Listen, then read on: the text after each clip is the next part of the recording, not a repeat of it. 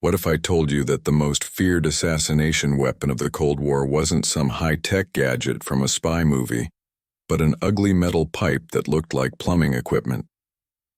For decades, Western intelligence agencies had no idea that Soviet operatives were walking among them, carrying what appeared to be simple industrial tools. These weren't just pipes. They were precision-engineered instruments of death, designed in the deepest laboratories of the KGB to eliminate targets without a sound, without a trace, and without anyone ever suspecting what had really happened. The story I'm about to tell you reveals how Soviet engineers turned the most mundane object into the perfect weapon, and why this ugly pipe became more dangerous than any rifle or pistol ever created. You're about to discover the terrifying genius behind one of the most successful assassination tools in espionage history. Moscow, February 14th, 1962. Viktor Petrov adjusted his heavy winter coat as he walked through the crowded entrance of the Moskva Hotel, his breath forming small clouds in the frigid air. In his left hand, he carried what appeared to be a section of industrial pipe, the kind any maintenance worker might use for repairs. Hotel guests barely glanced at the unremarkable man with his unremarkable tool. What none of them knew was that Petrov wasn't a maintenance worker at all. He was a Department V operative, and the pipe he carried contained enough compressed gas to kill a man in complete silence. Within the next 20 minutes, a prominent Western journalist staying on the 4th floor would be found dead in his room, apparently from a sudden heart attack. The ugly pipe would disappear as quietly as it had arrived, leaving no evidence except another unexplained death in the long list of Cold War casualties.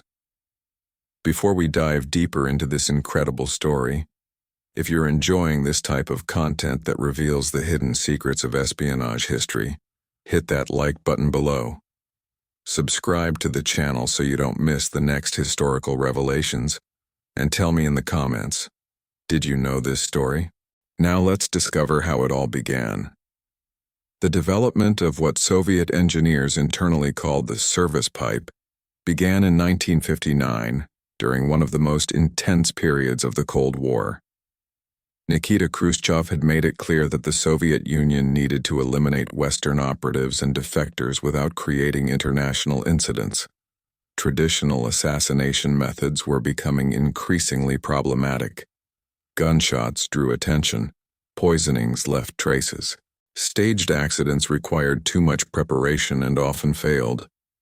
The KGB needed something that would allow their operatives to kill quickly, silently, and in broad daylight, without arousing the slightest suspicion.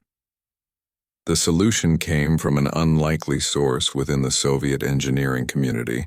Engineers at the Tula arms plant, already famous for producing some of the world's finest weapons, were tasked with creating something that had never existed before. A weapon that didn't look like a weapon at all. The specifications were demanding. It needed to be completely silent. It had to appear as an everyday object that no security check would question. It had to kill instantly and leave no forensic evidence. And most importantly, it needed to be simple enough that operatives could use it without specialized training. The breakthrough came when engineer Alexander Morozov realized that compressed gas technology, already being used in Soviet industrial applications, could be weaponized in a completely new way.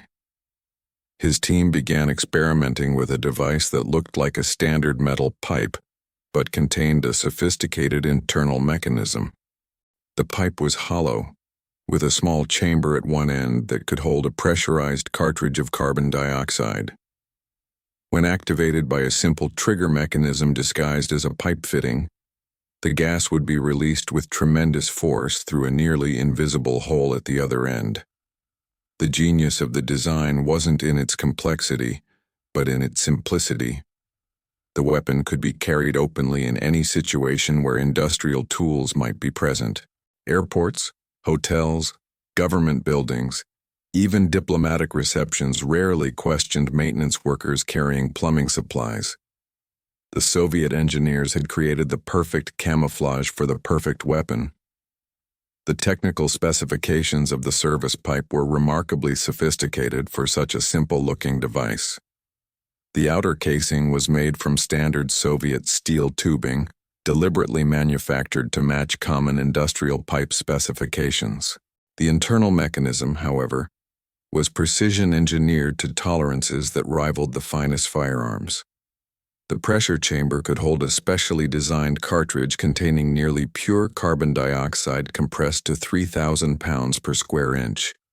When released, this gas would expand instantaneously, creating a focused jet of pressurized air capable of causing immediate cardiac arrest when directed at specific points on the human body. The trigger mechanism was disguised as a standard pipe fitting that could be rotated to release the pressure. The entire weapon measured exactly 18 inches in length, making it easy to conceal under a coat or in a tool bag. What made the weapon particularly deadly was its method of action. Unlike traditional weapons that caused obvious trauma, the service pipe killed through a phenomenon that Soviet scientists called pressure-induced cardiac interruption. The pressurized gas, when directed at the chest cavity from close range, would create a shock wave that disrupted the electrical impulses controlling the heart. Victims would collapse immediately, appearing to have suffered a sudden heart attack or stroke. Autopsy examinations, even when conducted by skilled pathologists, would find no obvious signs of external trauma. The weapon left no ballistic evidence, no chemical residue, and no physical marks that would suggest foul play. Soviet medical consultants who worked on the project discovered that the human cardiovascular system was remarkably vulnerable to this type of pressure disruption, especially when the victim was caught off guard and couldn't brace for the impact.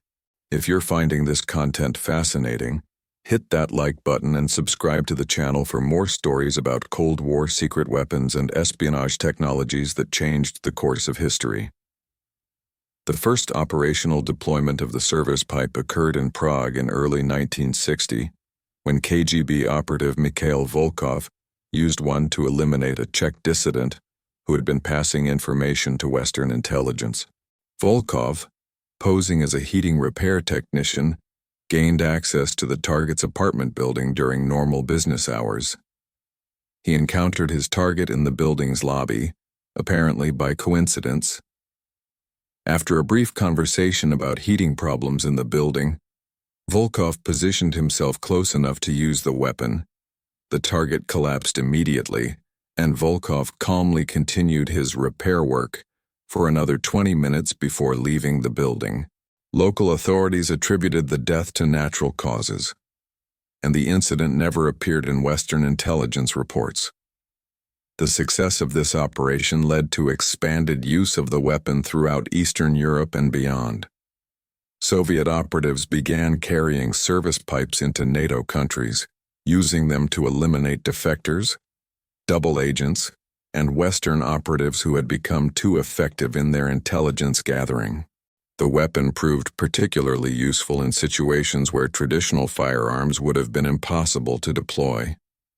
Western intelligence agencies remained completely unaware of the service pipe's existence until 1965, when a Polish intelligence officer named Jerzy Kowalski defected to the CIA, bringing with him detailed information about Soviet assassination techniques.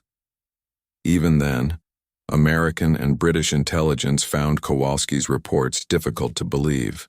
The idea that Soviet operatives were walking through airport security carrying deadly weapons disguised as plumbing equipment seemed too absurd to be true. It wasn't until British intelligence obtained physical evidence of the weapon during a 1967 operation in Berlin that Western agencies began to understand the true scope of the threat.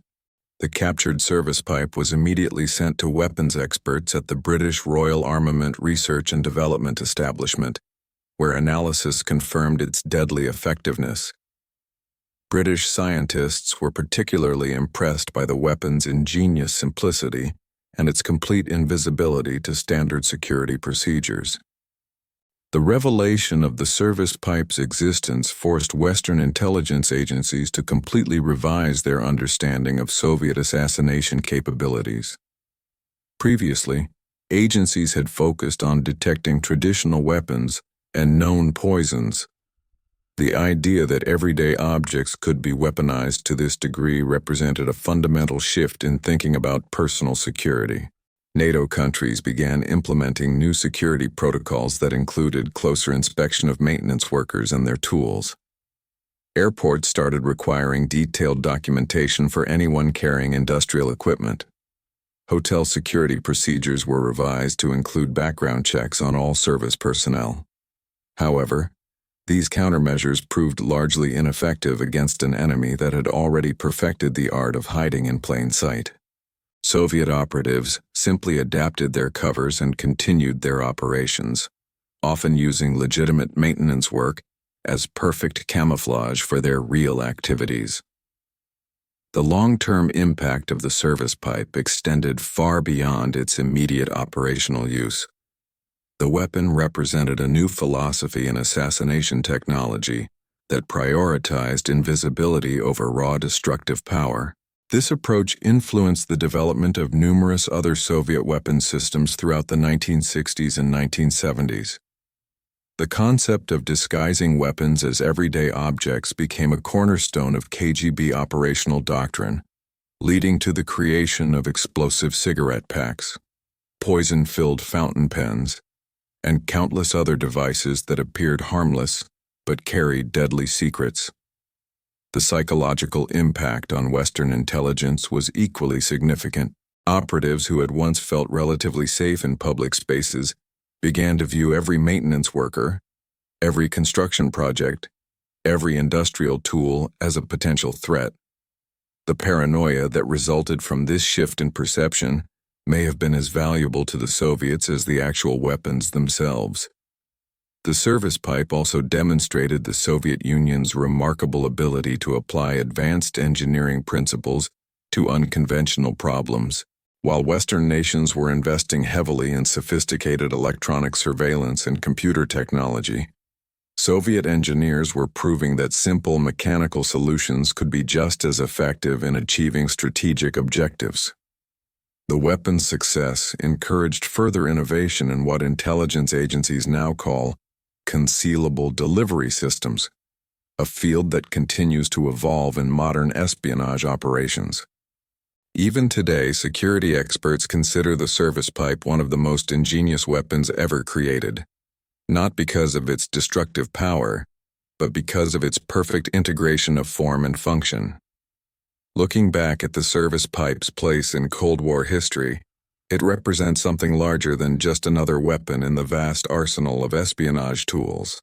It embodies the fundamental challenge of the entire Cold War era. How do you fight an enemy when you can't always identify who that enemy is? The ugly metal pipe that Soviet engineers created wasn't just a tool for elimination. It was a symbol of how the conflict between East and West had evolved beyond traditional battlefield confrontations into a shadow war, where death could come from the most innocent-looking sources. In our modern world of heightened security and sophisticated detection systems, the lessons of the service pipe remain relevant. The most dangerous threats are often those that hide in plain sight, disguised as the ordinary objects that surround us every day. The Soviet engineers who created this weapon understood a truth that security professionals still grapple with today. Sometimes the most effective way to defeat advanced defenses is not to challenge them directly, but to make them irrelevant by becoming invisible. The legacy of the ugly pipe that became the KGB's deadliest silent weapon continues to influence how we think about security, deception, and the thin line between the ordinary and the extraordinary in the ongoing game of international espionage.